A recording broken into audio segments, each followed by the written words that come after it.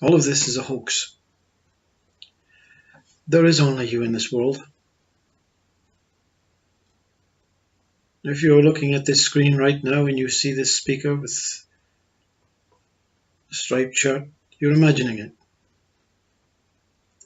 If you believe it to be true, it has to be a reflection of you. There's nothing here except you.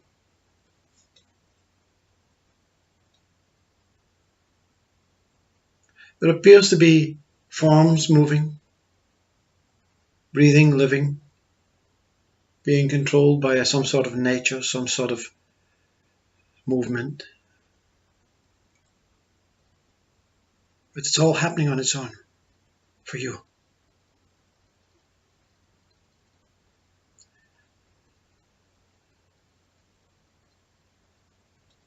You have to find your own way home.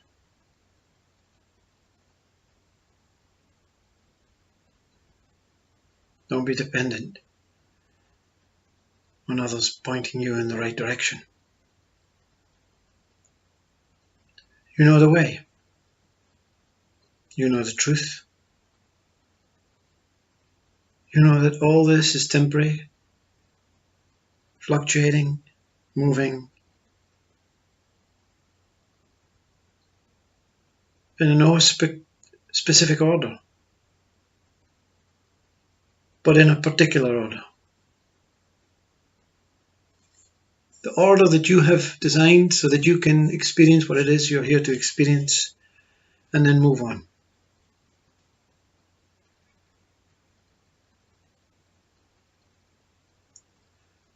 The more effortless you are,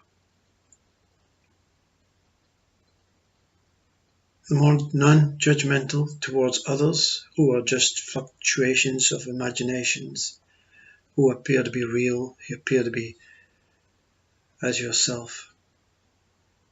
But if you're all one, how can you be separate from anything else? So there is only you, that one, that whole, that encompasses everything, every living thing, every dying thing, every form thing, every formless thing.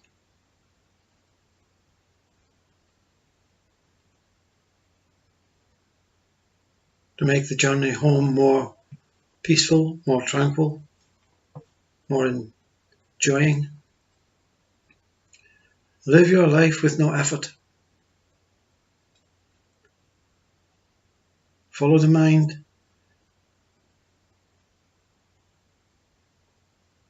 but don't be the mind's shadow, you see.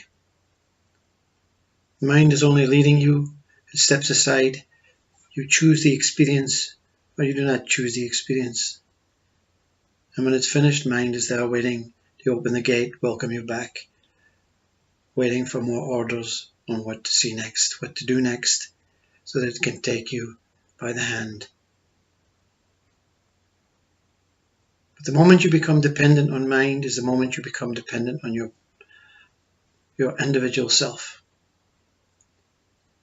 Because minds will tell you other stories. Minds will tell you you're singular. You're not what this speaker says. You're not what any speaker says. You are what you know you are. And this mind is a true mind. It's always telling you truth and lies at the same time. But in whatever order it comes, it's the right order for you. You're living your life out perfectly. You just don't see it. At night when you go to sleep and you close your eyes and then the lights is off, it's that reprieval time, that break time, that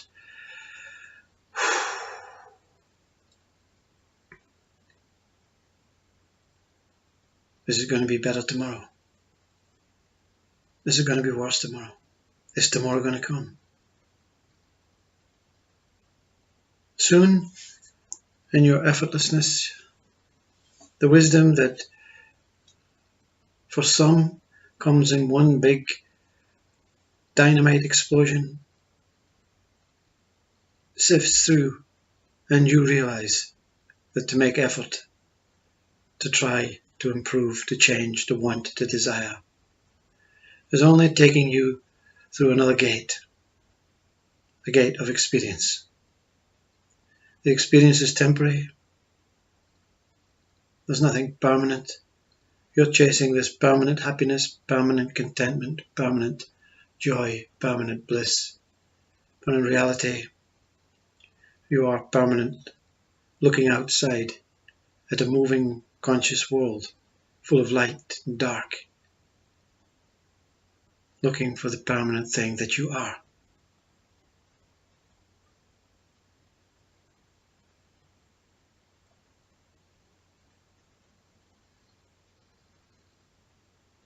To make judgment is to use the word I, me and you, and there is instant separation, instant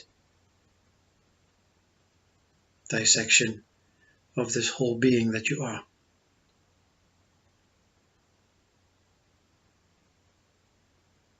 There are voices that shout at you and you sometimes ignore, but most times you acknowledge and you think they are speaking to you. But you are speaking to yourself through billions and billions of vessels, emotions, senses, experiences, actions, through nature, through Earth, through the universe, through the worlds, through the planets, through the cosmos. Your voice echoes and is deflected back to yourself. You're the teacher, you're the student, you're the father, the mother, the daughter, the son, the uncle, the aunt, the child, the pensioner. There's no escape. But the object is not to escape. The object is to get yourself on board, put your seatbelt on, and enjoy the ride. The conditioned mind says different things about different experiences. It says this one is a painful experience, and how can I accept this, trust this as being the right way? Have faith. Faith, trust, and acceptance are the three most valuable words. Can you use each of these words in every experience? Experiences that affect other beings that you appear to think are suffering on your behalf or suffering on something's behalf, but the suffering is your own suffering, because you see within them that they also don't trust, accept, and have faith in whatever is taking place.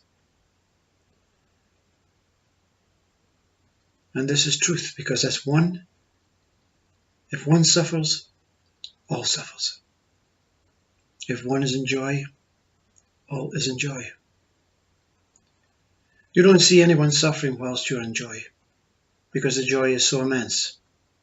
It's so wonderful, so heightened, so blissful, that the world seems to be dancing for you.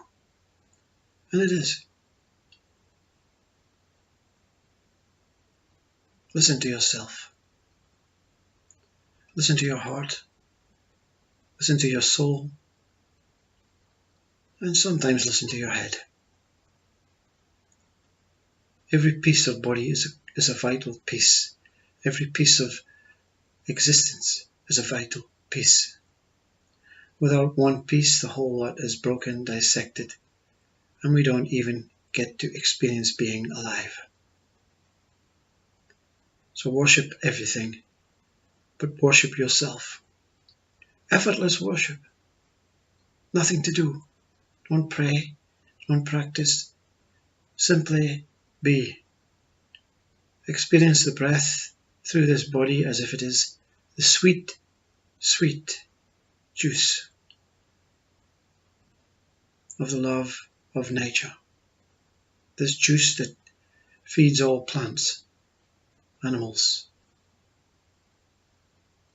planets, stars. This juice is consciousness. You are consciousness.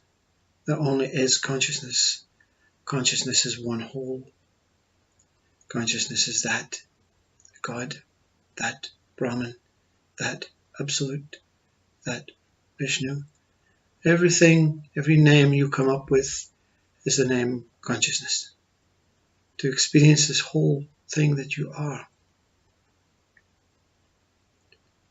Keep your eyes, your ears, your nose, your tongue, your hands on consciousness.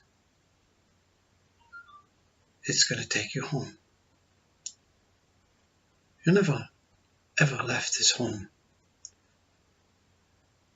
You're sitting with your Father as your Father. You're sitting with God as God. You're sitting with Mother as Mother. You're simply sitting, witnessing a wonderful, wonderful play of thoughts, of dreams, of fantasies, of imagined participations. The dream is so real that you actually believe you are it. And you know that this dream, when this body has dreamt itself out, the dream will continue into whatever state you wish yourself to be in. This life is made for you. This life is you. You are life, whole, encompassing, pure, tranquil, peaceful, empty, joyful, blissful life.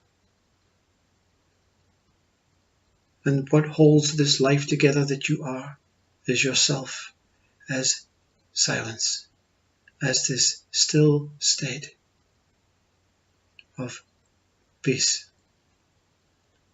where everything is born from. You are God, the Creator. You created your whole world, your whole self. You within the universe, as the universe, with all beings collectively, and all life forms, all living souls, living spirits, living bodies, the same universe, same stars, same planets. No segmentation in that place. That place is in your heart, projecting it out now. Be at peace. Love yourself. Adore yourself. Worship yourself with no effort. Be the witness. Be the witness of yourself in every being, in every living form, in every space, in every experience, in every action, in every kind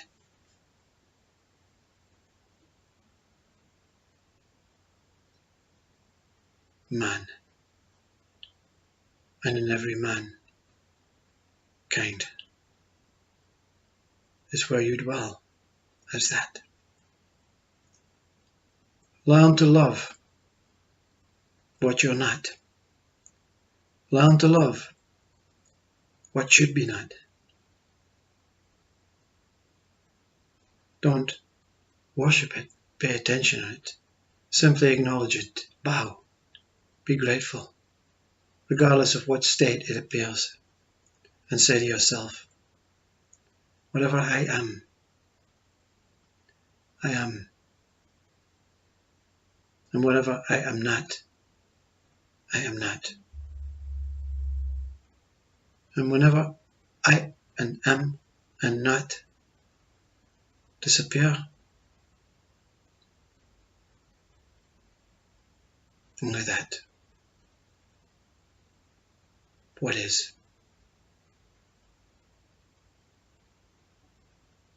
Where are you, me and I within that what is?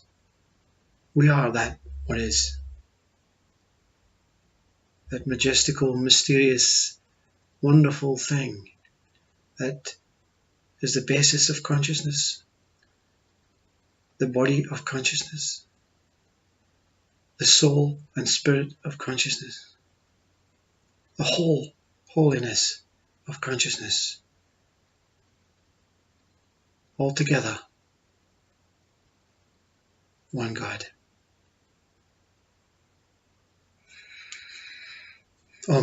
Namaste. Shanti, Shanti, Shanti. Be at peace with yourself. I love you.